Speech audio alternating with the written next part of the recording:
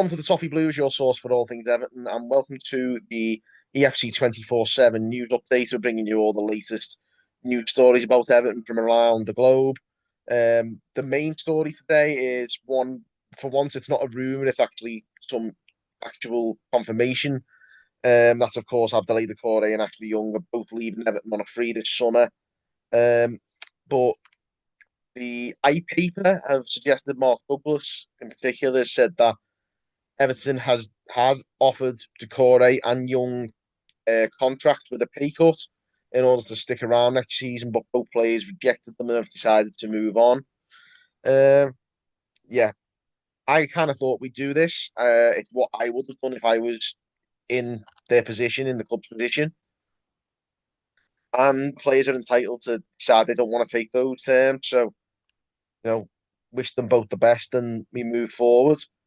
I don't disagree with keeping neither of them on. Like I say, I would have kept both players on lesser terms, but I wouldn't have kept them on the current terms. So if they weren't willing to take the pay cut, then it was right to let them go, in my opinion. And so I think the club's done the right thing here.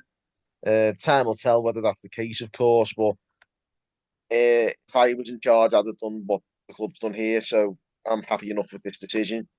And best of luck to both Ashley Young and Abdoulaye Doucouré, the latter in particular, who's had such an impact on the club over the 5 years he's been here.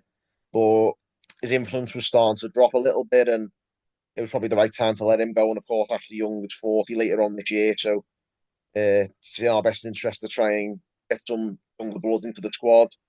So yeah, best of luck to Young and Doucouré for the future, but Everton moves on. Now on to the transfer rumours. Firstly, Everton and Leeds have been linked with a Ukrainian striker from Dynamo Kiev, and that is Vladislav Vanat.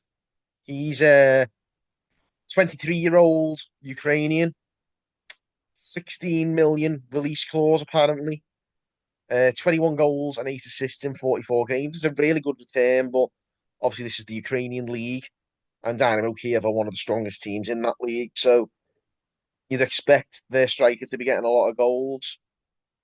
They're a considerably stronger team than the majority of the other clubs in the league. So you'd worry if the striker wasn't scoring a lot of goals. I don't think that's anything ridiculous in that league.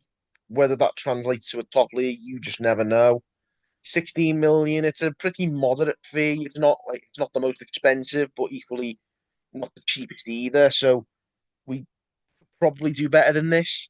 But again, it's down to if the club sounded this player out, and if David Moyes wants him, again, we've got to back him on that. But yeah, we'll see what happens on that. I don't know a great deal about Vladislav Banat, as you can imagine. So stats aren't bad at all. That outlet was Football 24 who released that. So again, perhaps a little bit hit and miss, but no complaints. If Moyes wants him, we just sort of get on with it, and hopefully he's a good fit for the team. Wouldn't be the first Ukrainian in the squad either, so I'm sure Mikalenko would help him settle if we did end up getting him. But that's a big if. I think it's again we get into this time of the season where you want to start taking these rumours with a real pinch of salt. Uh, a strange one now where Everton are looking at a 17-year-old goalkeeper from Rangers called Ridden Maguire. According to Rangers Review, a Rangers podcast, Arsenal and Ipswich are both keen as well.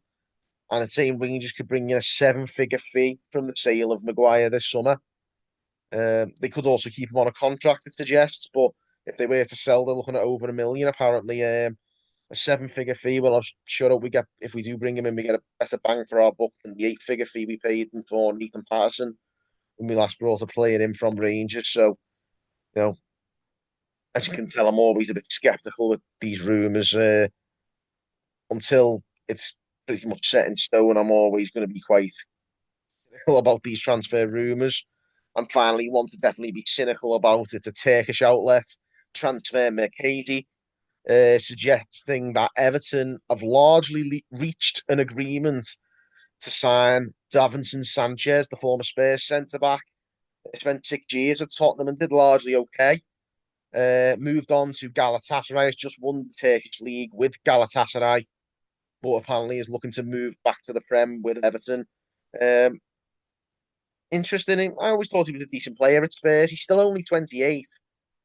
And obviously he's won the league with Galatasaray, but that's not the biggest accolade, given the Turkish league's not the most prestigious league. But obviously Galatasaray is a good side, and he's been playing in Europe, so he's not a bad player at all. I don't know whether it's the right move for us, whether we should be looking at someone a bit more on the younger side. Obviously, he's 28. He's not that old, but someone with a bit more resale value, perhaps. I think that's something we as a club need to do better at. But again, is there something David Moyes sees in Davinson Sanchez? We just don't know.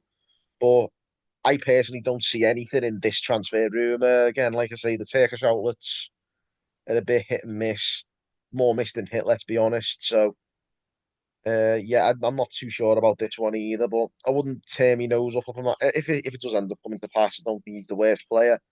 And was obviously welcome to the club if he did, but you'd take it with a pinch of salt, is all I'll say. But there you have it, guys. That's the transfer rumours for today. Let us know your opinions on them. Give us a comment about all the rumours that we've just discussed. Give this video a like and subscribe for more content. Until next time, guys. Thanks for watching on the Toffee Blues.